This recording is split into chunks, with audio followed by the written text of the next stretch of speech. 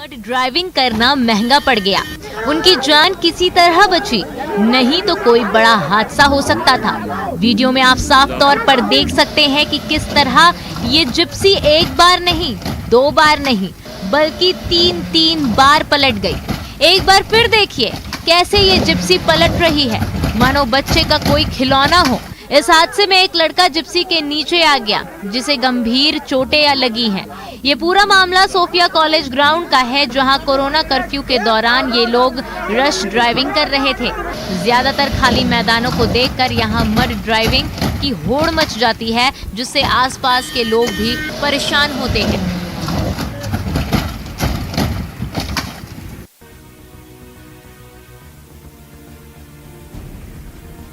गुजरात के बनासकांठा कांड में एक वीडियो सामने आया है, जहां केनाल पर बनी सड़क का एक हिस्सा देखते ही देखते टूट गया।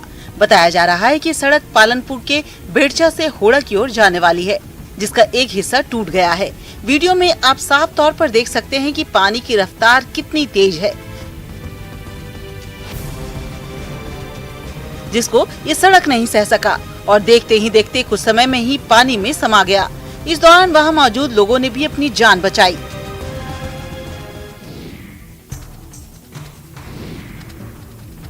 छत्तीसगढ़ की राजधानी रायपुर में कांग्रेस ने आज महंगाई के खिलाफ विरोध प्रदर्शन किया। इस दौरान रायपुर के महापौर एजाज ढेबर ने बैलगाड़ी पर बैठकर अपना विरोध जताया।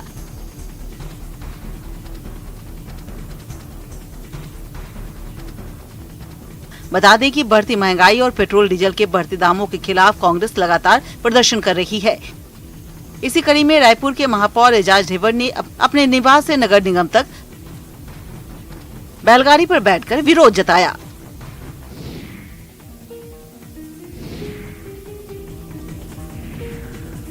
अंतर्राष्ट्रीय योग दिवस पर छतरपुर में भी विश्व प्रसिद्ध खजुराहो में योग किया गया। ऐसा पहली बार हुआ जब पश्चिम मंदिर समूह में मंदिर के अंदर खजुराहो के लोग और पर्यटकों ने योग किया है। यह दृश्य देखने लायक थी, क्योंकि इस वक्त मंदिरों के बीच योग कर सभी खुश नजर आ रहे थे। वहीं इसके पहले बाल कलाकारों ने भी सांस्कृतिक कार्यक्रम पेश किए। इस दौरान पर्यटन से जुड़े अधिकारी भी मौजूद रहे। उन्होंने कहा कि योग और ध्यान से लोगों का शरीर स्वस्थ रहता है।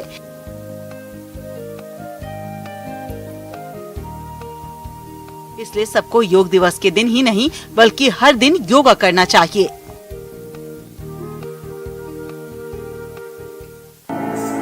एक साथ करीब 200 कलाकारों की नृत्य आराधना, सही सुना आपने, करीब 200 कलाकारों ने 15 घंटे तक नृत्य आराधना की, जिसमें देश ही नहीं विदेश के भी कलाकारों ने हिस्सा लिया। एमपी, यूपी, गुजरात, महाराष्ट्र, राजस्थान समेत अमेरिका और नॉर्वे के कलाकार फेसबुक के माध्यम से जुड़े, जो सुबह 6:30 बजे से लेकर रात 9:30 बजे तक लगातार आराधना जारी रहा। खास बात यह है कि इस आराधना में सभी शालीन परिधान में थे। सभी को 15 से 20 मिनट का समय दिया गया था, जिसके बाद ये नृत्य भगवान महाकाल को समर्पित कर दिया और कोरोना से मुक्ति के लिए सभी ने आराधना की।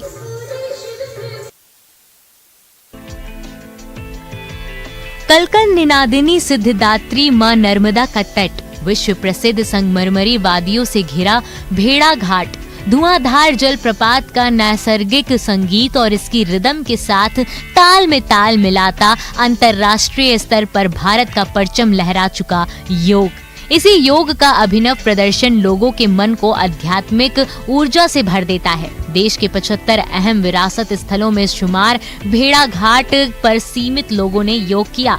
भारतीय पुरातत्व सर्वेक्षण, दक्षिण मध्य क्षेत्र सांस्कृतिक केंद्र, नागपुर, पर्यटन मंत्रालय, भारत सरकार और जिला प्रशासन की अगुवाई में जनप्रतिनिधियों ने यहां शिरकत की और योग किया।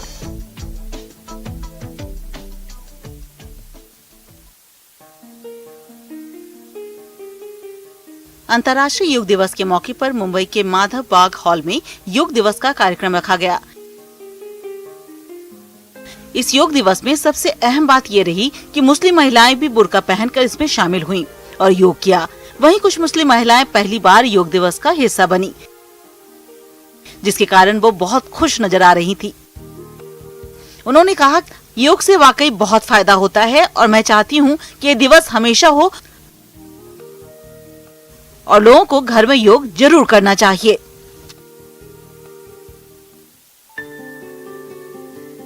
इक्कीस जून को दुनिया भर में योग दिवस मनाया जाता है, लेकिन छत्तीसगढ़ की राजधानी रायपुर का एक ऐसा गांव है जहां हर दिन योग दिवस मनाया जाता है।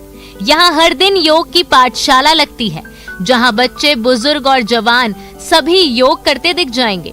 योग ने न सिर्फ इन गांव वालों को सेहतमंद होकर जीने का मौका दिया, बल्कि यहाँ के युवाओं को भी बदल दिया है और अब इसे योग शिक्षकों का गांव भी कहा जाने लगा है। इस गांव का नाम टेमगी है। यहाँ के मिडिल स्कूल में बच्चों से लेकर बुजुर्ग तक योग कर स्वास्थ्य का लाभ ले रहे हैं। इन्हें किसी ने भी योग के लिए प्रेरित नहीं किया, बल्कि खुद की सेहत के लिए इन्होंने योग करना शुरू किया। साल 2015 में एक बार यहाँ योग शिविर लगाया गया और तब से लगातार यहाँ योग की कक्षाएं चल रही है। सुबह से गांव की महिलाएं, बच्चे और बुजुर्ग योग करते दिखाई देते हैं। यहाँ सुबह और शाम दोनों समय योग की क्लास लगती है। कोरोना संक्रमण के दौरान योग की कक्षाएं बीच में बंद की गई थी। इस दौरान घर पर ही लोग योग अभ्यास करते थे, लेकिन अब सीमित लोगों की संख्या में फिर एक बार योग करना गांव वालों ने शुरू कर दिया है। सर्दी हो या बारिश, योग शिविर में शामिल होने के लिए किसी को बुलाना नहीं पड़ता, बल्कि लोग खुद ही टाइम पर पहुंच जाते हैं। एक और जहां लोग कोरोना वैक्सीन को लेकर डर रहे हैं, तरह तरह की बातें कर रहे हैं, ऐसे में एमपी की राजधानी भोपाल से एक अच्छी तस्वीर सामने आई है, जहां 90 साल से ज्यादा की एक बुजुर्ग महिला ने वैक्सीन लगवाई। इतना ही नहीं, वैक्सीन लेने के बाद उन्होंने लोगों से अपील करते हुए कहा कि टीका जरूरी है, डर नहीं। सोमवार से पूरे देश में मुफ्त वैक्सीनेशन की शुरुआत हो गई है। ऐसे में अपना घर ओल्ड एज होम में भी कैंप लगाया गया, जहां ये बुजुर्ग महिला भी वैक्सीन लगवाने पहुंची थी। बता दें कि कोरोना की रफ्तार में कमी तो आ रही है, लेकिन इसका खतरा अब भी बना हुआ है। ऐसे में लोगों को वैक्सीन लगाना बेहद जरूरी है, इसलिए सरकार ने हर किसी के लिए फ्री वैक्सीनेशन की व्यवस्था की है। साथ ही साथ किसी प्रकार का डर ना हो, इसके लिए जागरूक भी कर रही है।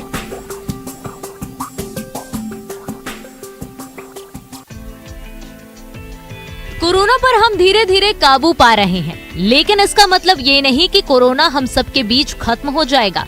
जी हाँ, कुछ लोग यही सोचकर लापरवाह हो रहे हैं और वैक्सीनेशन का हिस्सा नहीं बन रहे हैं, जिससे कोरोना का खतरा फिर बढ़ सकता है।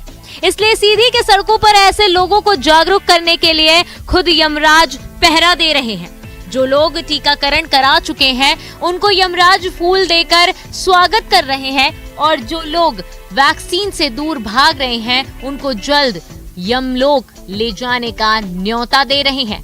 वहीं अब कोरोना की तीसरी लहर का भी खतरा बना हुआ है। ऐसे में वैक्सीन को लेकर कुछ लोग अब भी गफलत में हैं। यही हाल रहा तो तीसरी लहर से निपटना मुश्किल हो जाएगा।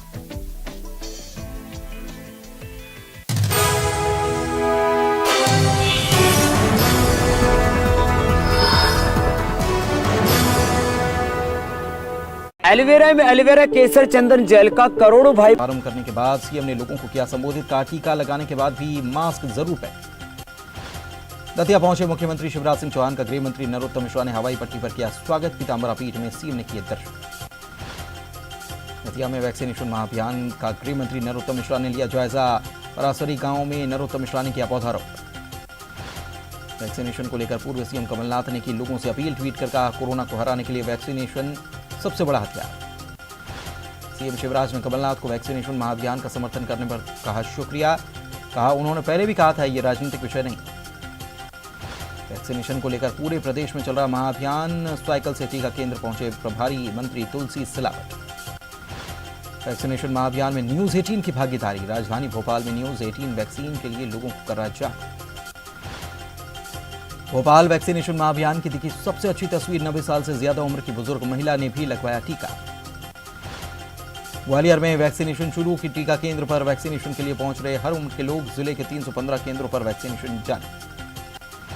राज्यसभा सांसद ज्योतिरादित्य सिंधिया ग्वालियर में अलजीरा सिविल अस्पताल पहुंचे। सिंधिया ने टीकाकरण केंद्र का शुभारंभ किया। मंदसौर में वैक्सीनेशन महाअभियान की शुरुआत वित्त मंत्री जगदीश देवड़ा, मंत्री हरदीप सिंह डंग, सांसद सुधीर गुप्ता, विधायक यशपाल सिंह सिसोदिया ने किया शुभारंभ। मंदसौर से बीजेपी सांसद सुधीर गुप्ता ने देश में जनसंख्या नियंत्रण कानून लाने की वकालत, का जमीन और संसाधन सीमित। सिटी के ग्रामीण इलाकों में चौक चौराहे पर सड़कों पर यमराज का पहरा, मानव रूपी यमराज टीकाकरण को लेकर लोगों को कर रहे जांच। मुरैना के रिठौरा में जहरीला चावल खाने से 28 मोरों की मौत, 4 दिन पहले भी 12 लोगों मोरों की हुई थी मौत, जांच में जुटी वन विभाग। इंदौर में ज्वेलरी शॉप में लगी भीषण आग, मौके पर पहुंची दमकल की गाड़ियों ने पाया काबू, आग लगने के कारण का पता नहीं चला। छतरपुर में रेत खदान धसकने से 2 युवकों की मौत, स्थानीय लोगों की शिकायत, इलाके में अवैध खनन पर रोक लगाने और पुलिस और खनिज विभाग नाकाम।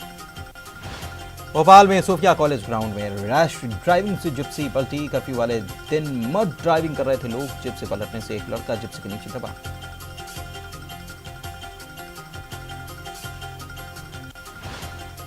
रायपुर में राज्यपाल अनुसुईया उइके ने भी किया योग, अंतर्राष्ट्रीय योग दिवस की दी शुभकामनाएं, कहा योग हमारे देश की प्राचीन विद्या।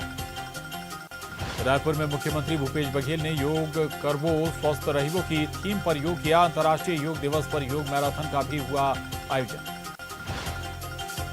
छत्तीसगढ़ सरकार के मंत्री जयसिंह अग्रवाल ने अपने आवास पर किया योग, लोगों को बताया योग के फायदे। रायपुर में योग दिवस पर खाद्य मंत्री अमरजीत भगत ने किया योगाभ्यास, कहा योग प्राचीन भारतीय परंपरा जिसे पूरी दुनिया ने अपनाया। अंतर्राष्ट्रीय योग दिवस पर छत्तीसगढ़ के वन मंत्री मोहम्मद अकबर ने किया योग, मंत्री ने लोगों से की योग करने की अपील। छत्तीसगढ़ के गृह मंत्री ताम्रध्वज साहू ने भी किया योग, कहा योग से होता है तन मन दुरुस्त, लोगों से की योग करने की अपील। रायपुर में संसदीय सचिव विकास उपाध्याय ने योग कर लोगों को किया प्रेरित, कोरोना को हराने के लिए योग को बताया जरूरी। जगदलपुर में संसदीय सचिव रेखचंद जैन ने किया योगाभ्यास, योग दिवस पर अपने घर बगीचे में किया योगाभ्यास। रायपुर में सरकार के मुख्य सचिव अमिताभ दुबे ने भी किया योग, प्रदेश के अधिकारियों के साथ आम लोगों से प्रतिदिन योग करने की अपील। बलौदाबाजार में 7वें विश्व योग दिवस पर कार्यक्रम का आयोजन, जिले में वर्चुअली तरीके से 35,000 लोगों ने किया योग, बच्चों ने की शिरकत। सूरजपुर जिले में योग दिवस पर जनप्रतिनिधियों और अधिकारियों ने किया योग, संसदीय सचिव पारसनाथ राजवाड़े, कलेक्टर के अलावा नगर पालिका अध्यक्ष ने भी किया योग दिवस पर मुंगेली में वर्चुअल कार्यक्रम का आयोजन, छत्तीसगढ़ वर्चुअल योग मैराथन कार्यक्रम से जुड़कर लोगों ने किया योग। मलेरिया मुक्त छत्तीसगढ़ और मलेरिया मुक्त बस्तर अभियान का विस्तार, अभियान अब 21 जिलों में चलेगा। सीएम भूपेश बघेल ने वर्चुअल भिंड में एक युवक को ट्रैक्टर पर कट्टा लहराते वीडियो शूट करना भारी पड़ गया। पुलिस ने उसे आर्म्स एक्ट के तहत मामला दर्ज कर गिरफ्तार कर लिया है। बताया जा रहा है कि युवक खेत में जुताई के दौरान ट्रैक्टर पर बंदूक लहराते हुए वीडियो शूट किया था और ये वीडियो देखते ही देखते सोशल मीडिया पर वायरल हो गया, जिसके बाद ये मामला पुलिस तक पहुंच गया और फिर ये शख्स सलाखों के पीछे। पुलिस की माने तो शख्स के पास से मिला बंदूक भी अवैध है, जिसका लुक AK-47 जैसा है। अब पुलिस इस बात की तस्दीक में जुटी है कि आखिर ये हथियार इस शख्स के पास कहां से आया।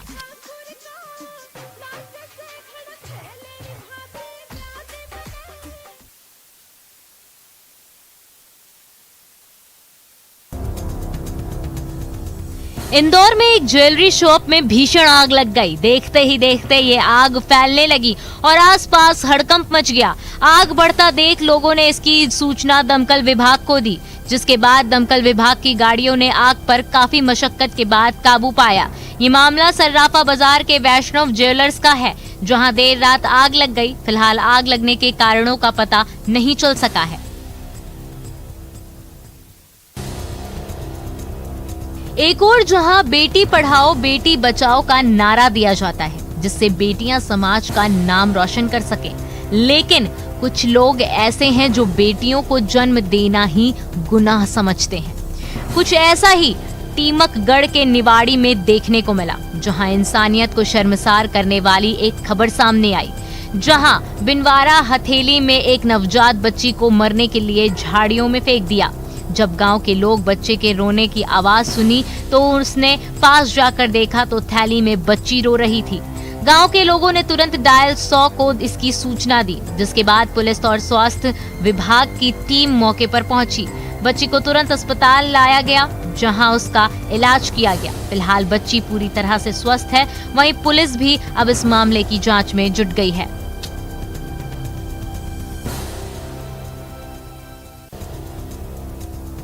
महासमुंद में एक शख्स भालू के हमले का शिकार हो गया। भालू इस कदर हिंसक हो गया था कि उसे काबू करना मुश्किल हो रहा था, जिसके बाद रायपुर से डॉक्टरों की एक टीम बुलाई गई। बताया जा रहा है कि कुछ समय पहले भालू के बच्चे की मौत हो गई थी, जिसके कारण भालू हिंसक हो गया और उसने शख्स पर हमला बोल दिया। बता दें कि ये पूरा मामला बागबहरा वन परिक्षेत्र के मोथा का है। यहाँ के रहने वाले लोग सिंह बरिहा खेत देखने के लिए गए थे, लेकिन इसी दौरान भालू ने उन पर हमला कर दिया और नोच कर उन्हें वहीं मार डाला। वन विभाग भालू को पकड़ने के लिए पिंजरा लेकर जंगल में पहुंचा। इतना ही नहीं, उसे बेहोश करने के लिए रायपुर से एक्सपर्ट की टीम भी बुलाई गई थी, लेकिन इसकी जरूरत नहीं पड़ी। भालू जंगल की ओर भाग निकला।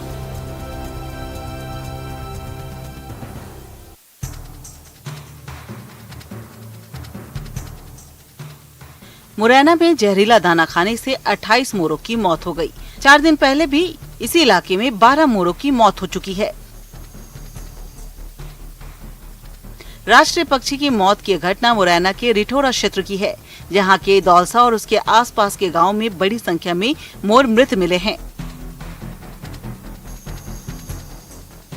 वन विभाग की टीम ने मोरों को दिए गए दानों को लैब जांच के लिए भेज दिया है। शुरुआती जांच में वन विभाग को लग रहा है कि मोरों को जहरीला दाना खाने के लिए दिया गया, जिससे उसकी मौत हुई है। बड़ी संख्या में मोर का शिकार किए जाने के कारण ही ऐसे ही इनकी संख्या घटकर आधी रह गई है।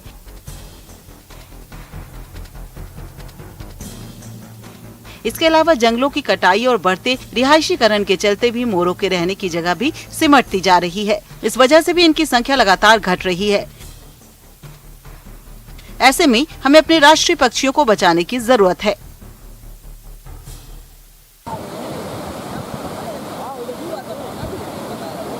कहने को तो देश का 24वां सबसे ऊंचा झरना रीवा के क्यूंटी जलप्रपात में है, लेकिन आजकल ये प्रशासनिक उपेक्षाओं की दंश झेल रहा है, जिसके कारण यहाँ आने जाने वाले पर्यटकों को खासी दिक्कतों का सामना करना पड़ रहा है। हालात ये हैं कि यहाँ आए दिन यहाँ हादसे होते रहते हैं, लेकिन प्रशासन सुरक्षा के नाम पर हाथ धरे बैठी है। आए दिन यहाँ जलप्रपात को देखने वालों का तांता लगा रहता है। इस जलप्रपात की नर्सरी को देखने के लिए लोग देश के अलग अलग कोनों से आते हैं, लेकिन अव्यवस्थाओं के बीच कई बार सेल्फी लेने के चक्कर में हादसे के शिकार भी होते हैं। वहीं लोगों की माने तो पर्यटक स्थल होने के कारण असामाजिक तत्वों का भी जमावड़ा लगा रहता है और शराबखोरी करने वाले लोग परेशानी का सबब बन रहे हैं।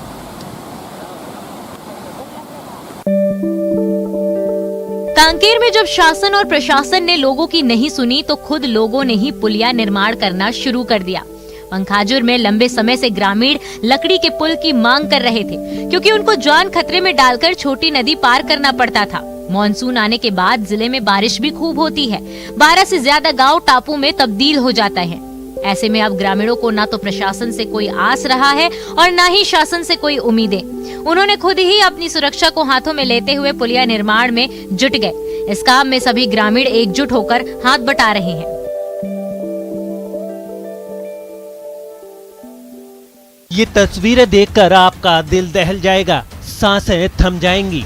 तस्वीरें रांची के रेलवे स्टेशन की हैं, जहां पर राजधानी एक्सप्रेस जैसे ही पहुंची तो लोग अपने गंतव्य के लिए ट्रेन में सवार हो गए। ये महिला भी इस ट्रेन में सवार होने के लिए चढ़ी थी, लेकिन हुआ क्या वो आपके सामने है। आप देख सकते हैं तस्वीरों में। अगर ये सीआरपीएफ का जवान विनोद कुमार मीणा ना होता तो क्या होता। सेकंडों में कोई बड़ा दर्दनाक हादसा हो जाता। जैसे ही महिला ट्रेन पर चढ़ने की कोशिश करती है, उसका पैर फिसल जाता है। महिला एकदम गिरने लगती है।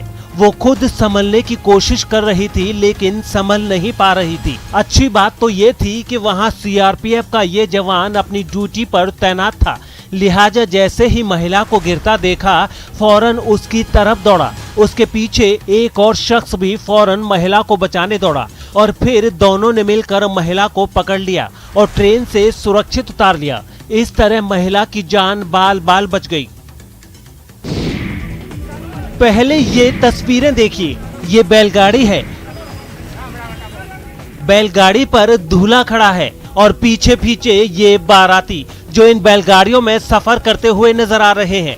अब ये सब देखकर आपको किसी फिल्म का सीन ही नजर आता होगा। वो इसलिए कि आजकल के जमाने में ये सब कहाँ होता है।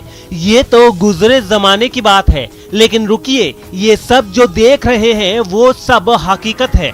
ये तस्वीर यूपी के देवरिया की है और इस पर सवार जो दूल्हे राजा हैं उनका नाम है छोटे लाल, जिन्होंने अपनी शादी बिल्कुल हटकर की है।